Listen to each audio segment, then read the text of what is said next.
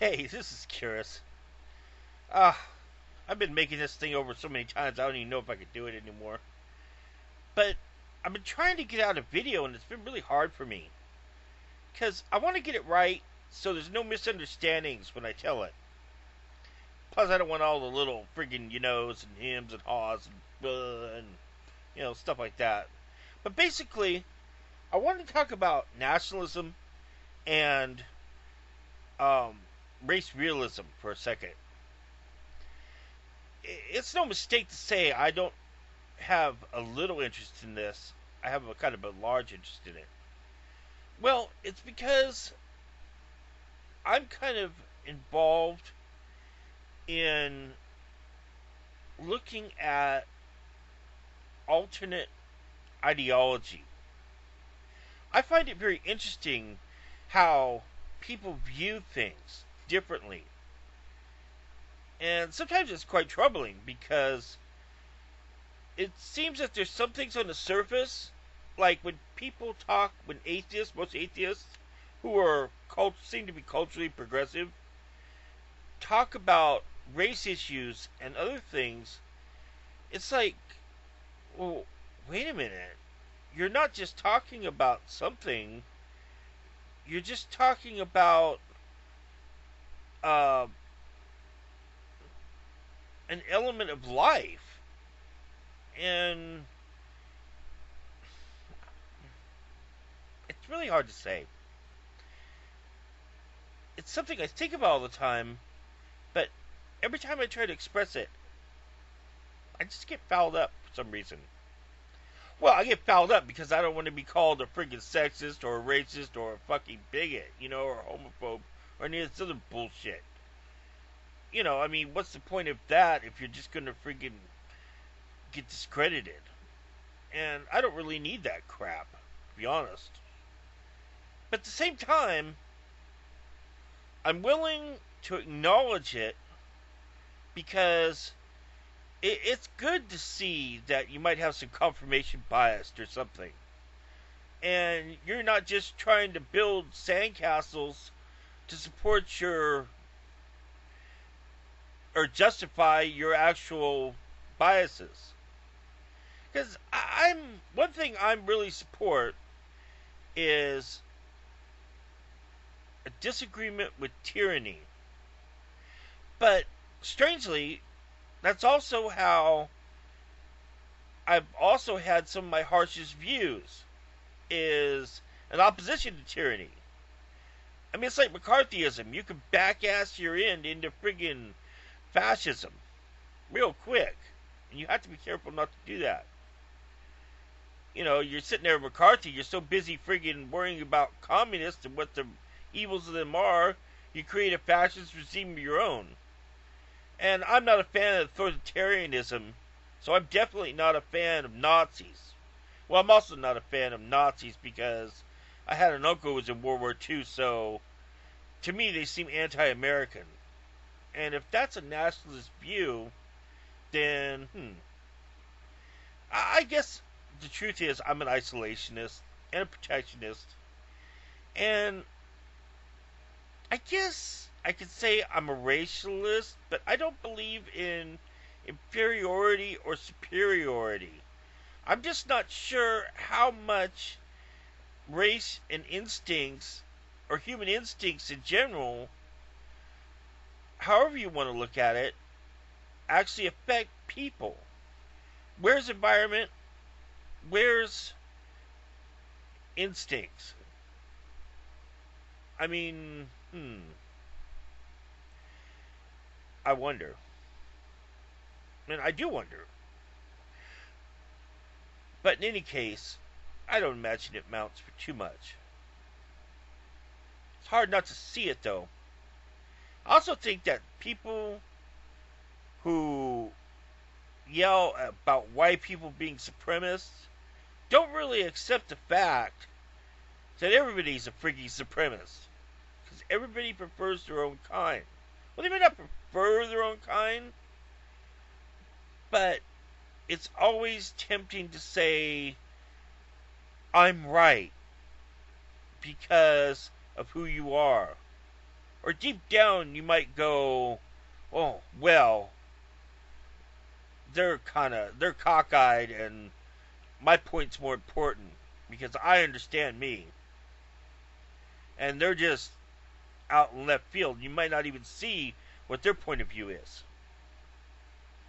And then sometimes that's just bullshit. But who's to say? You might. You don't really know. It's really hard to judge. Everybody has a little blind spot right in front of their face. It's the teeniest little thing in the world, and you can't friggin' see it. Although sometimes you can see the distortion around it. That's the way I view that. About life, prejudice, death, everything. There's a little blind spot right in front of your face, and you can't see it. Everyone's like that. Watch sometime. You can spot anyone's blind spot if you really look at it. Oh, I'm sure you see mine, because mine's huge. Some people's are very narrow, but it's always there. I don't know if that really is true or that's big bullshit, but it seems like it's true to me. Something I've noticed, whether it's even real or not. I'm not talking about physical thing or metaphysical thing. I'm a stinking atheist, you know. It's just seems to be a truth of the human condition. In any case, there's another thing I don't like about friggin' race realists, besides them being all authoritarians and fascists, you know. And I don't even care about friggin' race. Don't get me wrong, I'm not crying about that. I'm small government. You know, to me, friggin' social progressiveness is a vice. But it's not a vice because I'm opposed to human rights. It's a vice because it's progressive authoritarianism. And I don't want that regulation. Oh, you need some of it. You know, or else you get something like the segregated South. But I think society can make its own choices, and I believe in the better nature of man. So I'm willing to bet we don't need all those laws to be there to tell us to be good. Freedom comes with a price, and sometimes that's the price is to accept that you're acting badly. Free to make mistakes too. That's what I think. And I think that's a point that's been lost in a lot of people. So basically, that's my pro and con about nationalism and race realism. I'm for on social issues, although I mix those two up at the time. I'm for things being better for everyone, but on social issues, I'm for them. I'm for. How'd that go again? I just had it in my head. I forgot. I'm for negative rights being over positive rights. 49% solution, I guess. I'm more for people having the right to be free from the government and not being regulated by the government on social issues. Now, economic issues, I'm progressive. I'm not a liberal. I'm not sure if I've got these definitions down correctly, to be honest, but I'm not liberal because I'm not, you know, ad hoc. Ad hoc? Well, I'm just not friggin' go for it, you know, ultimate state. You know, I split about 25, 45, well, I said 49, so 25, 45, 75. I always considered a 25-75 split between my social and my economic views. You know, in other words, I kind of contradicted myself just now, but I'm going to go with this too, even though I might have to think about the 49 and the 25.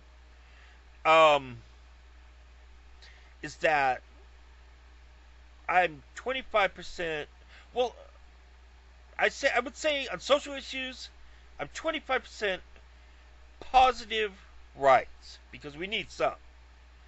And on economic issues, I'm 25% conservative because we need some of that too. I think that's true.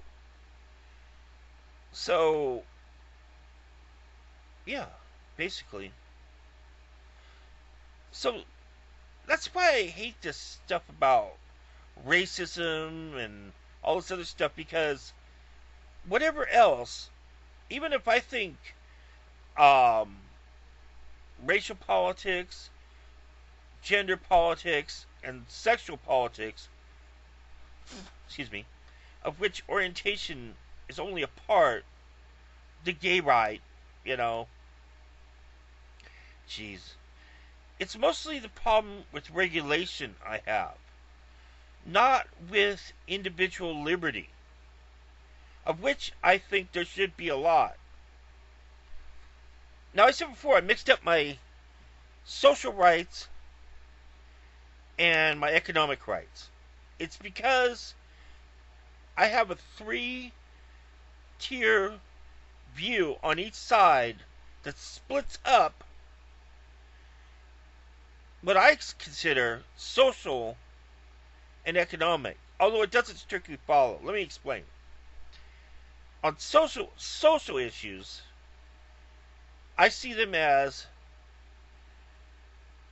race,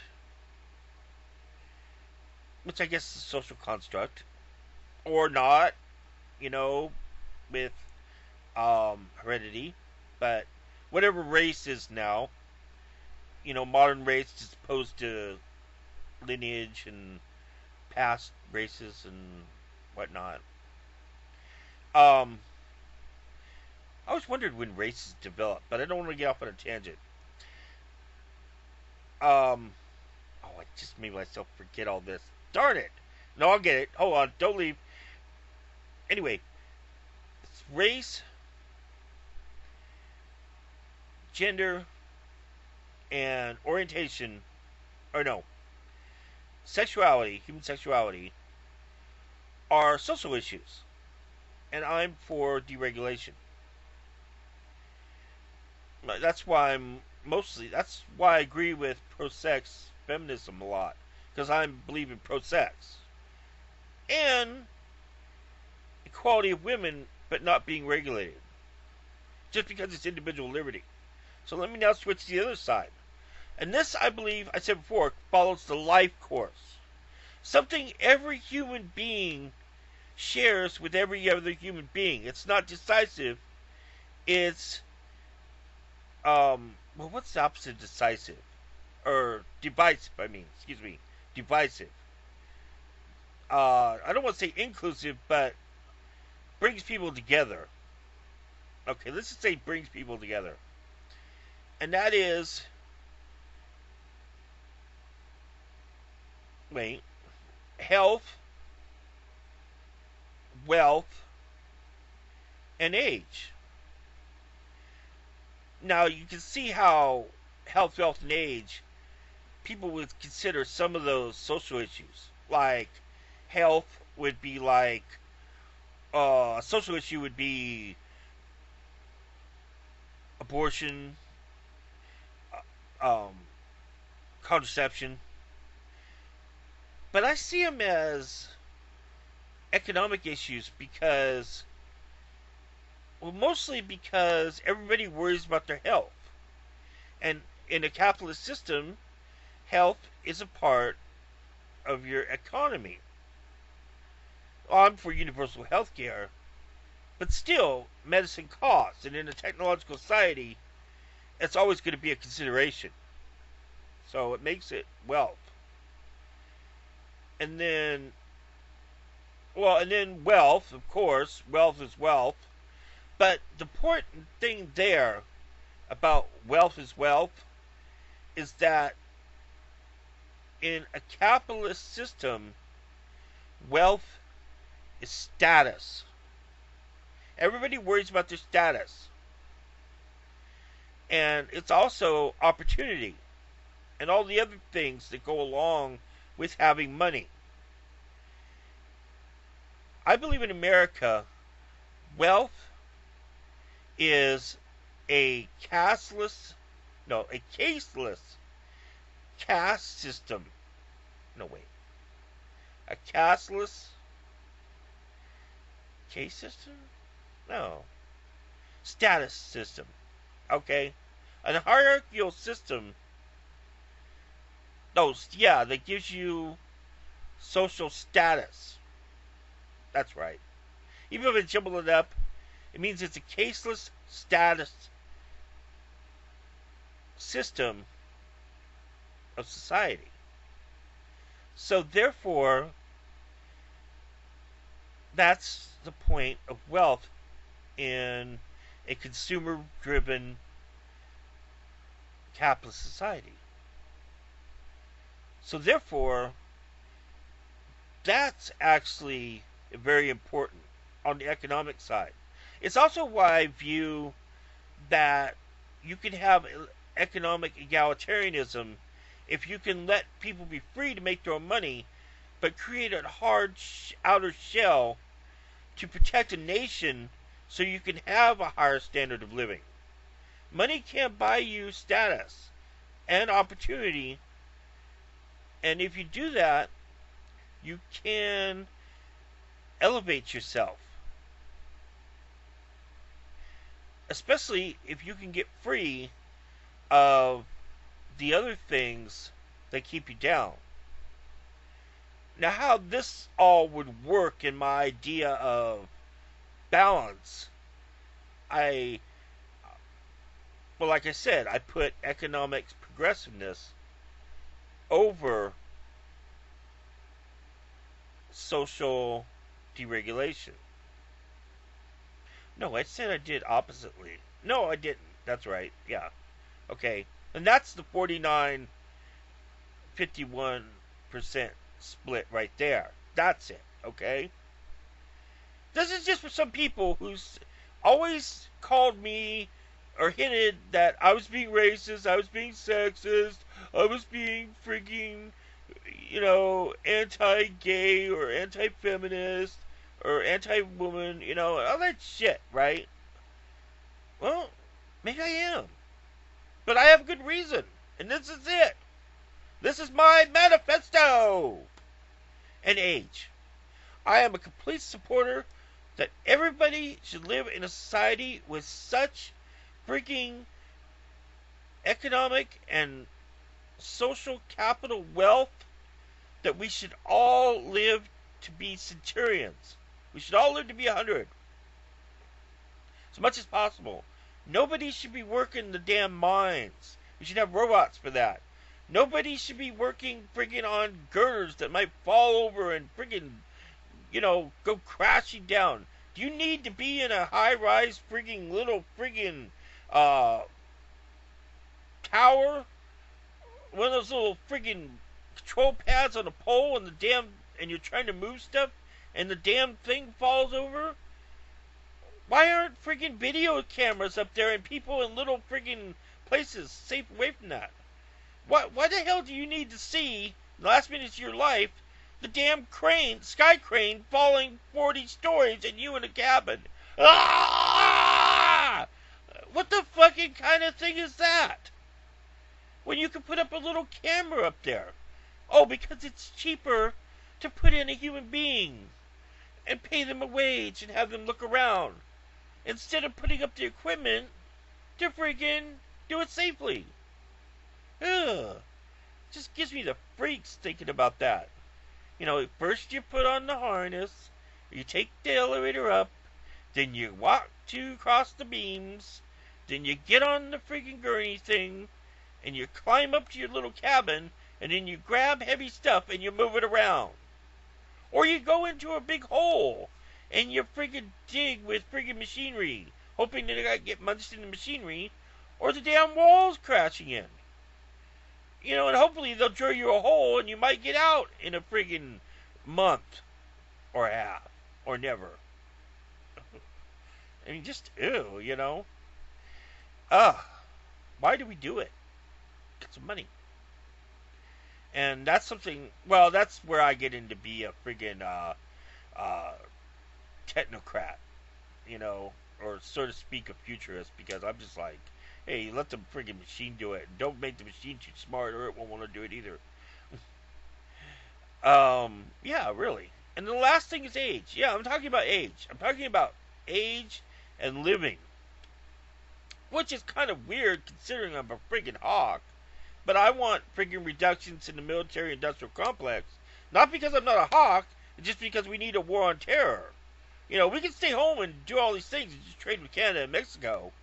But if someone's gonna friggin' go over there and start friggin' singing death to America and friggin' maybe find a way to come here. Well, they wouldn't come here if there was no immigration, but well, everybody could visit. It could be the friggin' America land. Hey, come visit, but you're not staying. Goodbye. Bye. Oh, I'm very anti-immigration, but I I don't like the idea of being anti-ethnic. I like freaking people with various ethnicities. I have no problem with anyone's genome at all. I really don't. It's just when their stupid cultural attitudes get involved, and they're being so decisive. I'm a freaking uniculturalist. I want the melting pot, and it doesn't have to be freaking just the European people, and it can be a lot more involved than freaking, you know, um, oh, you're not as good, and you're better, and you're not, and stuff like that. Um, because if you think about it, the same, the Republican Party was great for liberating the frigging slaves, right? But they also introduced the national bank, didn't they? I think they did. So we all became fucking slaves. Yay! No! Bullshit. Oh, and let's just keep bringing the immigrants in so we can all friggin' toil. But the rich man can work hard and get ahead. Yeah, forget that. And then the two parties just play ping pong back and forth with this bullshit. To here till friggin' ever. No. Screw internationalism. All we need to do is friggin' protect America. And do fair trading. Use bio-oil to friggin' make a recyclable society. Have everything as a renewable. Oil and plastic and carbon and coal and everything could be great. You know? Well, I don't know, but it certainly seems like it could be. I don't see anything wrong with that. Because you can use various bio waste extraction technology to make a truly renewable society. That's the point. You could have localized energy, you could have everything recyclable, and it would cut down the pollution immensely. Even coal. You could do a process. I think you could just microwave coal into oil, and it does not release the stuff into the air, the pollutions that regular coal burning would.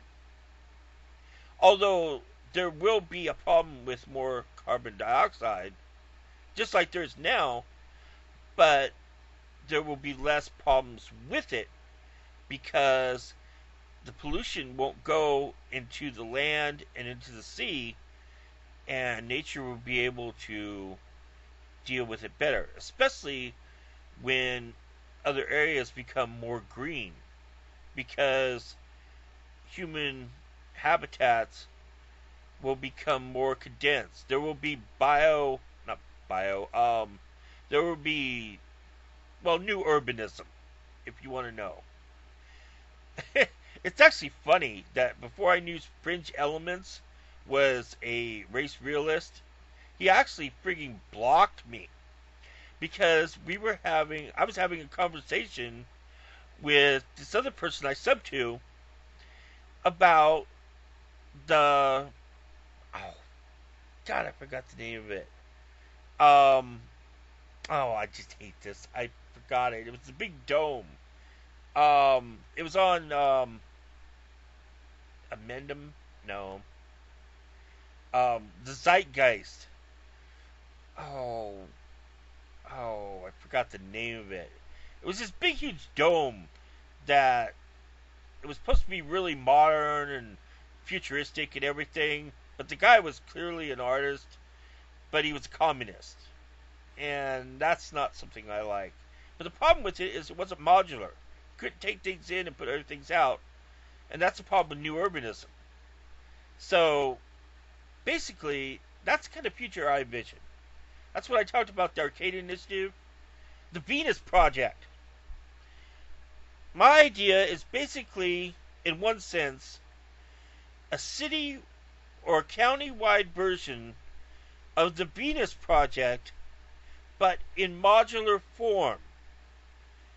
So it can have renewables, and everywhere can have a homogeneous population density with everything from electricity to resources trading with every other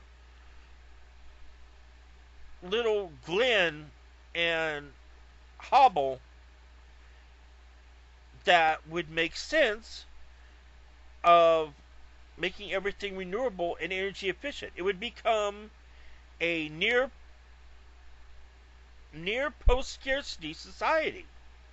That's what I believe. So that's my point of all my views and everything. The Arcadia Initiative, what I call it. And Arcadia means balance between man and nature. So yeah, that's why I get pissed off about the politics of diminished resources causing these social strifes, and everybody complaining about, well, I'm a different color, and oh, I have this different sexual preference, and my gender rights aren't being supported, and oh, I don't like the way I'm being objectified. Who cares? Who cares? You fix the freaking society that's falling down around your ears, and you'll have more social capital because of it. Because more resources that cost real capital, real resources that take up social capital can be bought and used to empower you. Now, if I'm the monster Republicus that everyone points to me to, let me be damned for this. If nothing else, let me be damned for being a racist, a freaking homophobe, a freaking sexist, and a bigot.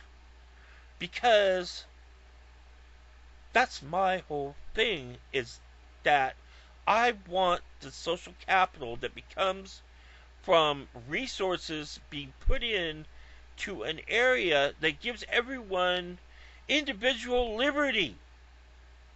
And I'm not shy about it. Now, the only thing I am shy about is the one thing you always should remember if you're a activist. If you should always be careful of that little blind spot. Or my big blind spot, I mean, judging by myself that frigging, can't even frigging, gauging by my own merits as much as possible, it might be likely that since I don't have PhDs and MDs and all these other fucking accomplishments fucking people and some people on YouTube have and flaunt, frigging Darwinistic, frigging hierarchical, intellectual, academic bastards. Yeah, we see you. Yeah. It's because I don't have all that. It might be that I might not have the scope and perspective to see where my blind spot is. But then again, maybe the people with the biggest views aren't able to friggin' get a good focus either on theirs. But then again, they got a lot more range to figure things out. But sometimes maybe that overpowers you. You never know. In any case, yes, that's all I'm about. And if it's wrong, well, it needs to know. But it can't be just wrong because, that's the way things are now. And, oh my gosh, it's just an obfuscation on your part to be all those bad things. And no, no, no, it can't be wrong just because it's wrong. It has to be wrong because it won't work. Or it would lead to something that's really bad. For some reason, things would start going down the toilet. I won't even tell you, but I reverse played it in my head a little bit. I could see a few dystopian ideas coming from that too, and I even thought of a few. You know, but I'm not going to tell you. I'm not. And anyway, whether that's just freaking my alternative universe science fiction, my happy place, where I can bellow and freaking be king of the world, or something serious. I'd like to say that's my variable, I guess you could say. You know what I mean? Anyway, that's enough. That's what I should be damned on, if I'm going to be. That's why I call myself Republicus. Because before the Amazing Atheist blocked me, that was my channel name over there. Because my moniker was Fear me, for I say what dare not be said. And I damn well meant it. Bye.